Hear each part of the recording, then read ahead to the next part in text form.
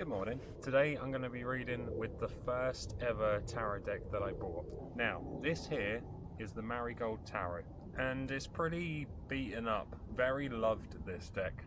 I used it an awful lot, and even though I struggled to gel with it, I still kept on trying. I had nothing else to read with, so I was determined to make these work. And although as soon as I picked up another deck that I gelled with a lot more, these went into the drawer. But they do still have a special place in my heart. So, let's see what needs to come out for you today.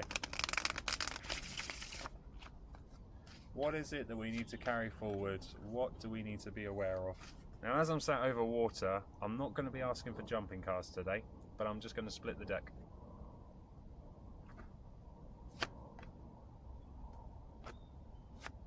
Just two. Three.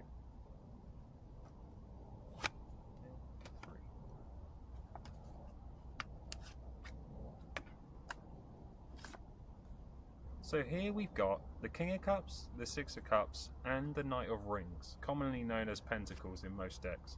And I want to start with the King of Cups.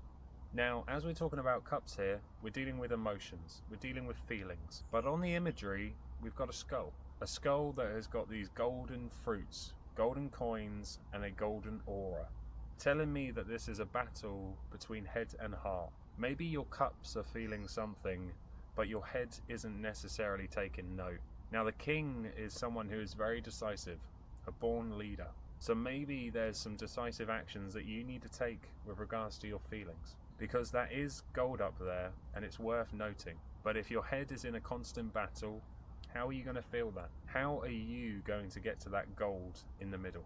Now, followed up by the Six of Cups, this illustration shows progress. These flowers all in their different blooming stages, reminding us that it takes time to process these things, to get in touch with how we truly feel. And maybe that's what the King of Cups is helping us with. That decisive action to remind us that this is a slow process. It can take time, and different stages look different to everybody. But also the little reminder of don't judge your journey. No matter if you're in the early bloom or the final stages, we all still have a lot to learn, and we're all trying to find that gold that we've got within. So where does the Knight of Rings come into this? Now, rings are pentacles, which is all about your abundance. And considering we're talking about the gold that we have within, I guess that works. Let's see it as what we're guarding. Because what I'm noticing here is how the knight has his hand on the hilt of his sword. He's almost preparing to strike, protecting what he finds valuable, protecting his gold. So where does that land us with regards to our feelings? The process that we're talking about and the gold that we have inside. Well, I believe it's telling us to guard that. That some people might try and come and take that emotional energy, especially if you're still trying to process it.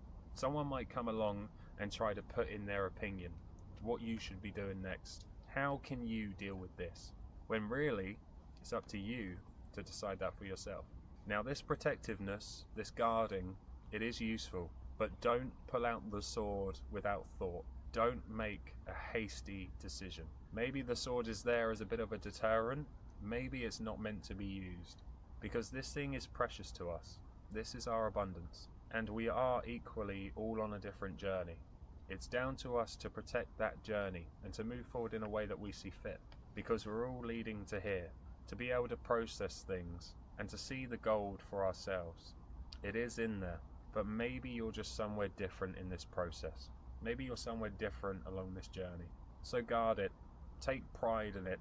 Don't let just anybody come in and muddle up your emotional energy. And I got a feeling that pretty soon you'll be taking some decisive action, valuing what it is that you have. The good, the bad, it's all perspective. Thank you for joining me today. It was an absolute blast coming out with my first ever tarot deck again. And although I struggled to gel with the imagery, I really do enjoy reading these. It might take a little bit longer to see what the messages are trying to say, but I always find some incredibly deep meaning within these cards. Now, if you'd like to see more of this deck, do let me know down in the comments. But other than that, I really hope you have a beautiful day today. Thank you again for joining me.